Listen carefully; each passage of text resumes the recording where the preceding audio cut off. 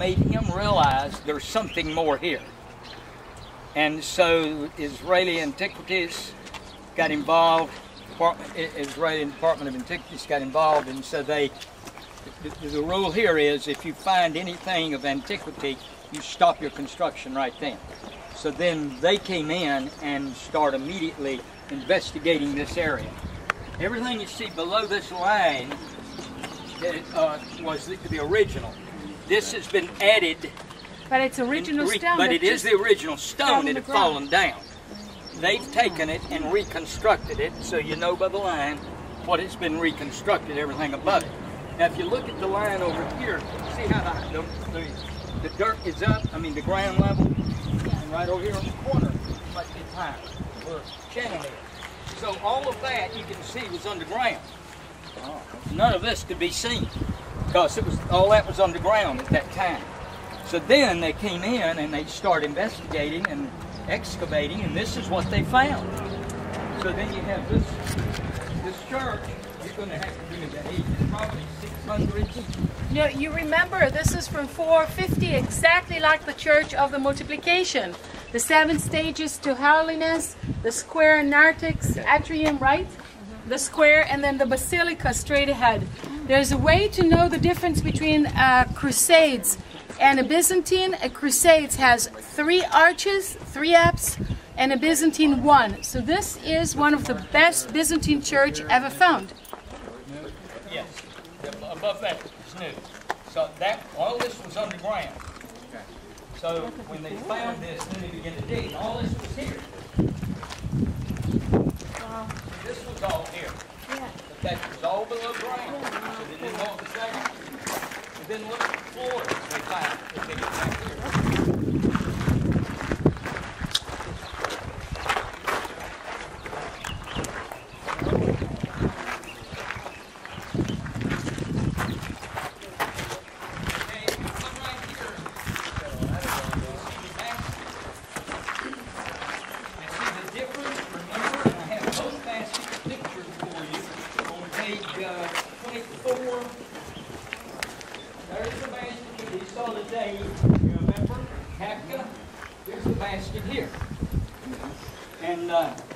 Dr. Page is the one that brought me in here, and he walked me right over there. At that time, we could get over there. He said, Frank, I want you to notice the basket.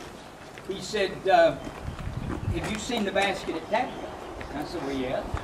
He said, well, you seen a difference. Of course, I couldn't remember what that looked like. I said, I don't know.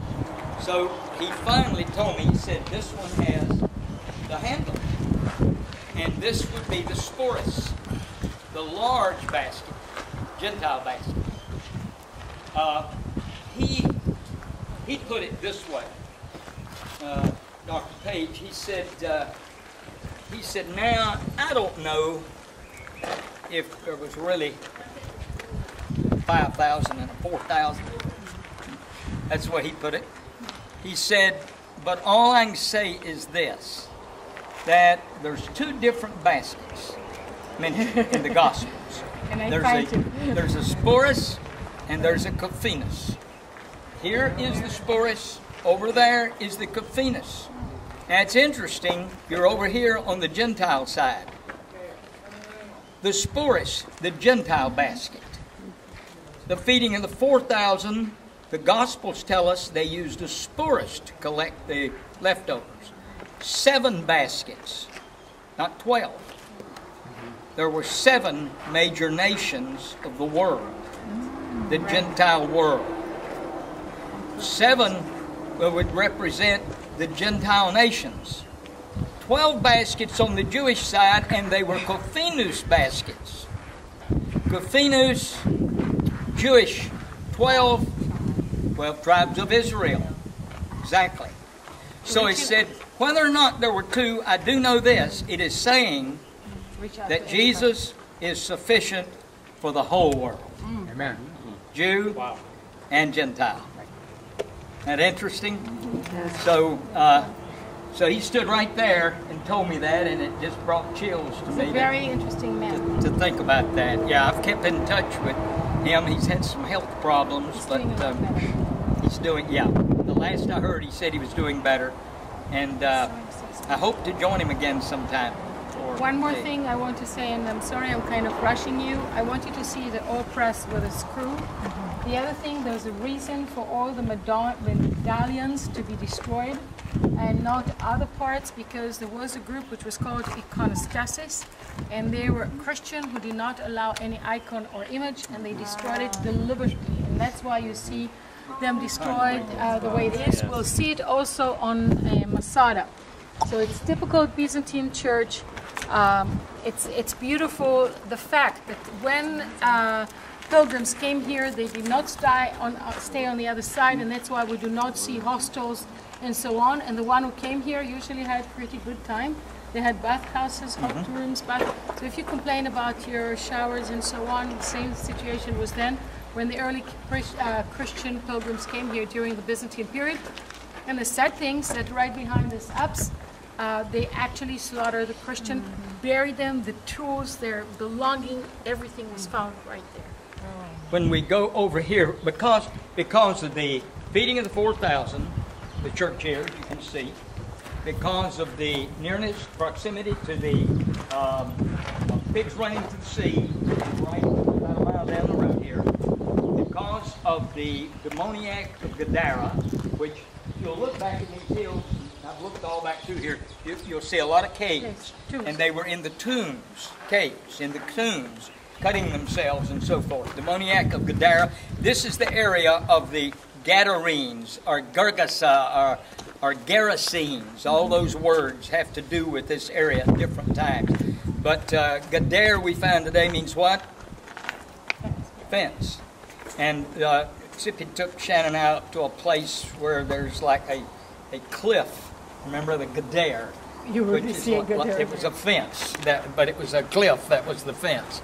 But anyway, what happened because of that? So many tourists, so many people like us coming through, they get the idea. What do? We'll build a tourist center, place for them to stay, motels or whatever. So we found, and it was our privilege to work in the bathhouse. So we found the bathhouse right over here, and we'll show you just quickly, let you see that. But as she said, we also found right behind the church here this mass burial. They were Christians. When the Persians came through, they slaughtered them. We found, I've got pictures on my iPad, pictures of the bones, some of the rings on the, and a knife, with a Look Persian at the knife. shell. The shell also is very important because we use for the baptismal. You'll see it a lot in Camino de España in the bus here. So they, and that's the crushing. The crushing always done the same way, right? Why don't you show them the bathhouse? Good view to take pictures up there today.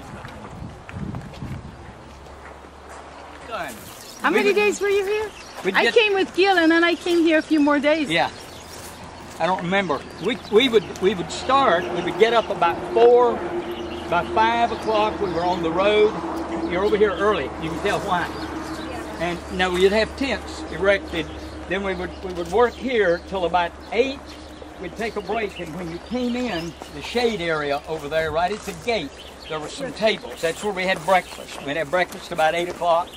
Then we'd come back to work.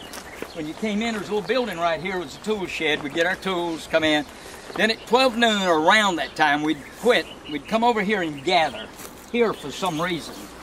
And we'd sit around, and Dr. Page and Vasilius Forrest would sit there. And he's Greek. You should see him. Yeah, he's Greek. And here, they would hold up pottery. They'd look through what we'd found. Hold up pottery, and Vasilius the Forest is saying, "Oh, no good, Iron Age, so-and-so." He was just telling just like that. As soon as he'd look at it, he'd tell you the age, the date, everything about it. Blah, blah, blah. And Paige is sitting over there writing it, taking it all in. I've got some pictures in here. Look at them when you get a chance. We don't want to take a lot of time, but on page 26, there's this one picture. That's me down in the place where they found all the bones, where all the Christians been slaughtered. There's the low-key 44. I think that's the one I worked in. Here's Vasily Safaris right here. Here's Dr. Page. They're conferring. What in the world are they going to do with Shannon? Here is Carl, who was our engineer. Everything has to be documented, every little find.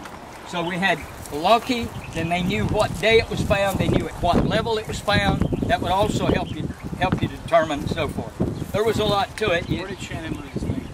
Shannon lost his finger right over here, but proclaiming that he was moving a rock and mashed it. But the plaster on this tub, you'll notice this white area, the plaster, look how fine of work that is over there. Wow. Thank you. That was all because of Shannon. Thank you. Your finger sanded it, huh? No, I had to, because it would start to be falling, you'd have to put it up and you'd put a little motor Oh, and he behind had it. this brush. He was doing this. Well, I've Detailed got a work. pick and I'm doing this. Excellence is in the On the detail. bus. Hey, look, I do want you to see the piping. Look at this. Look at the underground pipe. Oh, yeah. You'll see more of that in the bathhouse at Masada. But you can see It's the not as pipe. good as this. They had only piping underneath. This is a bathhouse. They had hot water, cold water. They could move the water through. They could literally heat the floor. And then the way, you see those little pillars in front of the pipes, underground pipes? They would conduct heat up. And underneath here you had hot water, and the way those pillars are made so that they would conduct the heat up. How they moved the water, they were bringing the water from creeks and everything else and bringing them in here using it.